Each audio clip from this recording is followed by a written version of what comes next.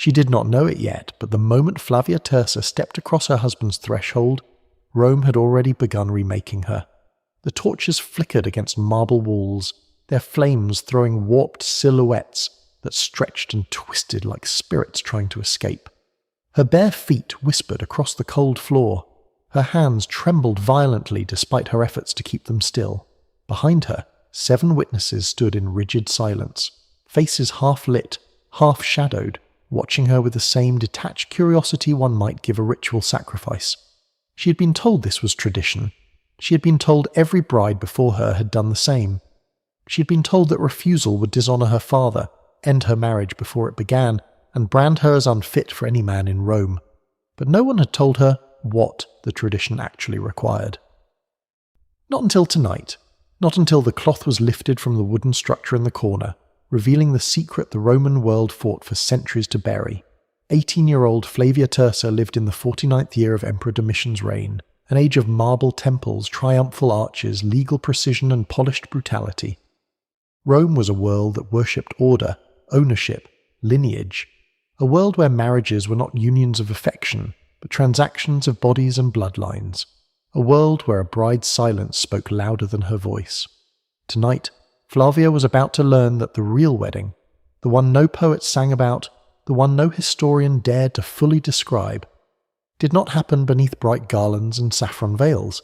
It happened here, in a sealed room, under the eyes of strangers who would later swear in court that what had occurred was lawful, proper and complete.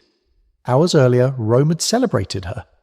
The streets were thick with crowds singing feminine verses, raucous, obscene, deliberately humiliating songs hurled at brides to ward off evil spirits. Young men shouted suggestions of what Marcus Petronius Rufus, her husband, would do to her that night. Their laughter followed her like smoke, rising above the clatter of sandals and tambourines.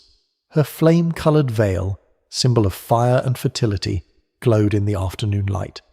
6 braids bound with wool ribbons hung over her shoulders exactly as tradition demanded. A lamb had been sacrificed. Its entrails were red for signs of favour. Her father had signed the contracts transferring her from his authority to Marcus's, using the ancient legal formula that made the shift in ownership absolute. She had spoken her single required line. Ubi tu Gaius, ego Gaia, a phrase that stripped away her identity and replaced it with her husband's. But that public ceremony, that careful display of cheer and piety, was nothing more than paperwork. The true transformation would occur away from the cheering crowds, in a chamber where Roman law met Roman custom, where a woman's worth was measured, inspected, recorded, and confirmed. As her procession neared her husband's home, the sun was slipping away, turning the sky a bruised purple. 2 torches burned at the doorway, the sign that this was a threshold of consummation. Someone threw walnuts at her, symbols of fertility, tokens of childhood discarded. They clattered across the marble like bones. Her mother walked beside her, face pulled tight, eyes red from tears shed in private. Earlier that morning, while tying the final braid, her mother had whispered the only warning she dared give. Do not resist. Whatever they require, do not resist. Flavia had not understood then. Now, standing in the atrium, she understood far too well. The door shut behind her, cutting off the last echoes of Rome's coarse celebration. Before her stood an assembly of figures positioned with ritual precision. An elderly pronuba, the woman responsible for overseeing the consummation, 3 female slaves holding basins and cloths, a priest whose expression flickered with unease, an older man whose leather bag of metal instruments identified him instantly, a physician, and in the far corner, covered by a drape, the 4-foot structure she'd been told nothing about. The pronuba stepped forward, her grip firm, almost restraining. "Welcome to your husband's home," she said.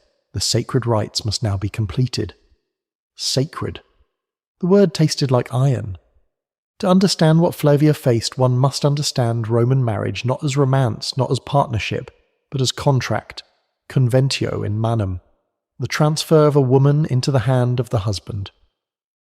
It was the same phrase used in the sale of land, livestock, or slaves. A wife was legal property, and property had to be inspected, documented, certified before possession changed hands. The Romans, masters of precision, left nothing ambiguous, especially the production of legitimate heirs. A bride's virginity, therefore, was not a private matter, it was a legal claim, a guarantee of untainted bloodline, and like all legal claims in Rome, it had to be proven. The pronuba guided Flavia toward the draped shape in the corner. Flavia could feel the witnesses watching, measuring her fear, perhaps judging it, perhaps enjoying it. When her fingers touched the fabric, her throat closed. She pulled the cloth away. Underneath stood a wooden figure carved with anatomical perfection into the shape of a phallus.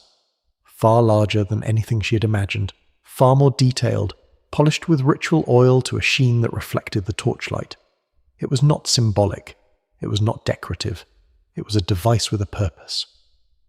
The pronuba's voice dropped into the cadence of memorized liturgy. "You must greet Mutinus Tutinus," she said. "You must offer yourself as tradition requires before your husband may approach."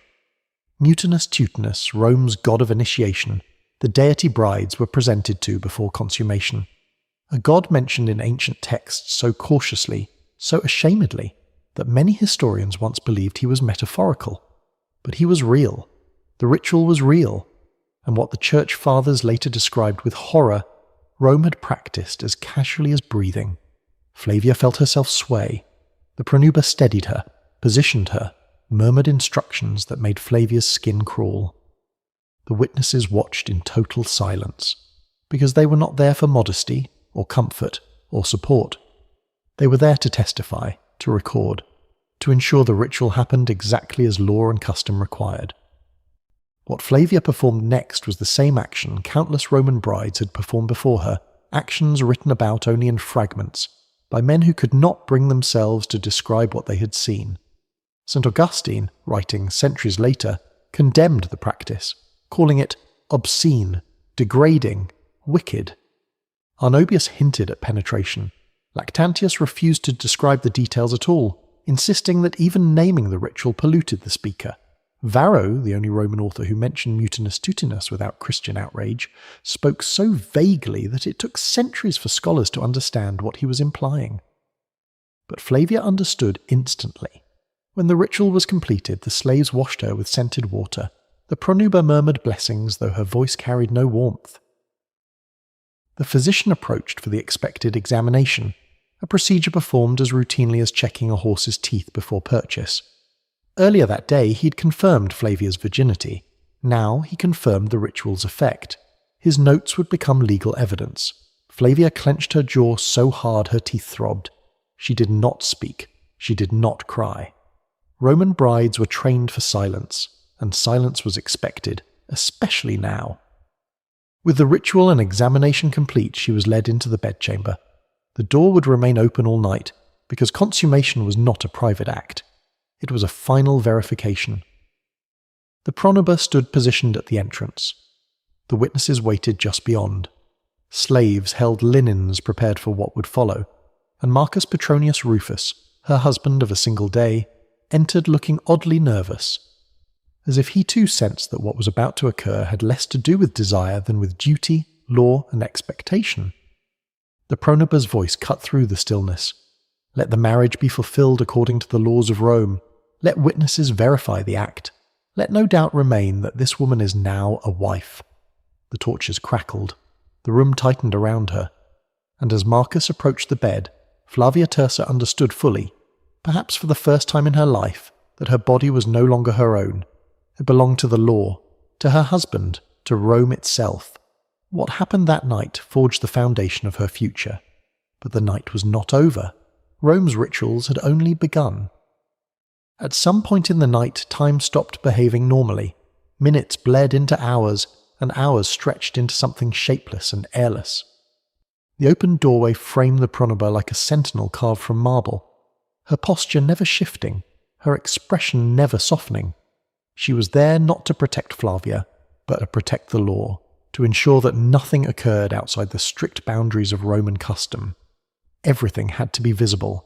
Everything had to be verifiable. Even the shadows seemed to report back to the witnesses waiting just beyond the threshold.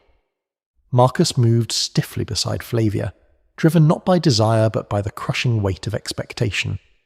A Roman husband who failed to consummate his marriage could be humiliated, mocked, stripped of the status expected of a man. The pressure was not hers alone. Rome demanded performance from them both. Flavia lay beneath him, staring past his shoulder at the flickering lamplight, feeling her breath come in shallow bursts. The priest had retreated into the atrium, but she could still hear him murmuring a prayer to Juno Lucina, goddess of childbirth, the patron of wives, the silent overseer of this ritual. The sound was low and steady, as if he feared that refusing to utter it would invite divine retribution. Marcus's hands trembled as he touched her, and for a fleeting moment she realized he was frightened too. Not of hurting her, not of the ritual, but of failing Rome, of failing the witnesses, of failing the legal machine that turned their bodies into evidence. When he looked at her, it was not with cruelty. It was with a man's quiet dread of being judged less than what society demanded he be. The consummation was slow, awkward, painfully observed. The pronuba occasionally murmured instructions. Position her knee so, adjust the lamp, turn her slightly, like a trainer directing a ceremonial performance. The door remained open, its darkness a mouth swallowing every sound. Flavia clenched her jaw, forcing each breath into silence. She had been told all her life that Roman women were strong because they endured. Tonight she learned what endurance truly meant. She pressed her fingers against the linen beneath her, grounding herself in its texture, trying not to flinch each time Marcus hesitated, trying not to think of the witnesses standing in the corridor counting the minutes, ready to testify. When the act was finally complete, Flavia felt her body turn cold despite the heat of the lamps. She lay still as slaves entered, moving with ritual efficiency, to change the bedding, to wash her thighs with warm water, to clean the traces that now served as proof. Marcus stepped back, almost relieved.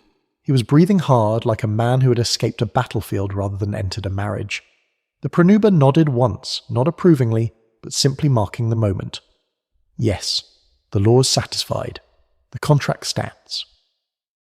Then, without ceremony, she called for the physician. Flavia closed her eyes as the doctor approached. She recognized the sound of his bag before he even spoke.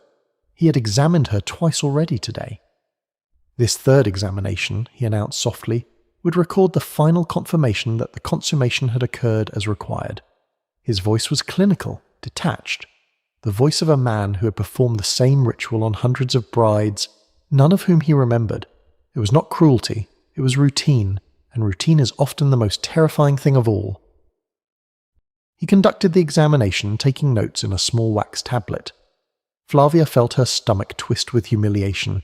This moment, more than any before, stripped her of the illusion that she had any agency left. She was no longer maiden, no longer property in transit. She was now owned, certified, documented, a Roman wife. The physician stepped away, murmured something to the pronuba, and left the room. The witnesses dispersed. Slaves dimmed the lamps. Marcus sat on the edge of the bed, unable to look at her. It should have been quiet then, peaceful, but silence after ritual does not heal, it only reveals. Flavia felt the ache settling into her bones, the weight of what had been taken and what had been sealed. Marcus finally spoke. His voice was small. "It is done," he said, as if stating a legal verdict. He did not touch her again. He simply lay beside her, facing away, both of them trapped in the knowledge that their marriage had begun not with intimacy, but with procedure, not with affection, but compliance. By dawn, the house was already awake. Slaves swept the floors. Smoke rose from the kitchen hearth. The pronuba appeared once more to offer a final blessing, the kind spoken by women to other women, carrying the heavy knowledge of what all brides endured. Flavia dressed in her new matron's stola. The fabric felt different, stiffer, heavier, symbolic, clothing for a woman who no longer belonged to herself. For the next 40 years, she lived the life expected of her. She bore 4 children, managed household accounts, attended festivals, supervised slaves, oversaw weaving rooms, and stood beside Marcus during every public ceremony. She moved through Rome with the dignity of a proper matron, head held high, veil arranged with flawless precision.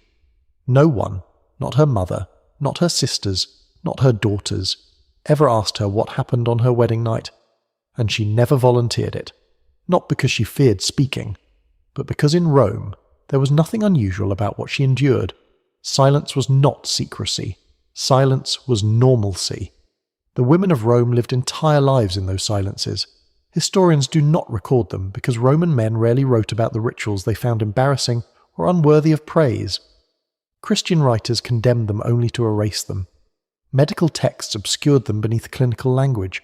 Law codes reduced them to requirements. Archaeology preserves only hints. A statue smashed in a ditch, a wall painting half scraped away. Documents describing witnesses but not what they witnessed. Flavia's world existed between these erased lines. When Christianity finally consumed the empire, the first rituals to vanish were the ones that exposed Rome's obsession with controlling women's bodies. Statues of Mutinus Tutinus were shattered. Priests destroyed manuscripts that describe pre-consummation rites.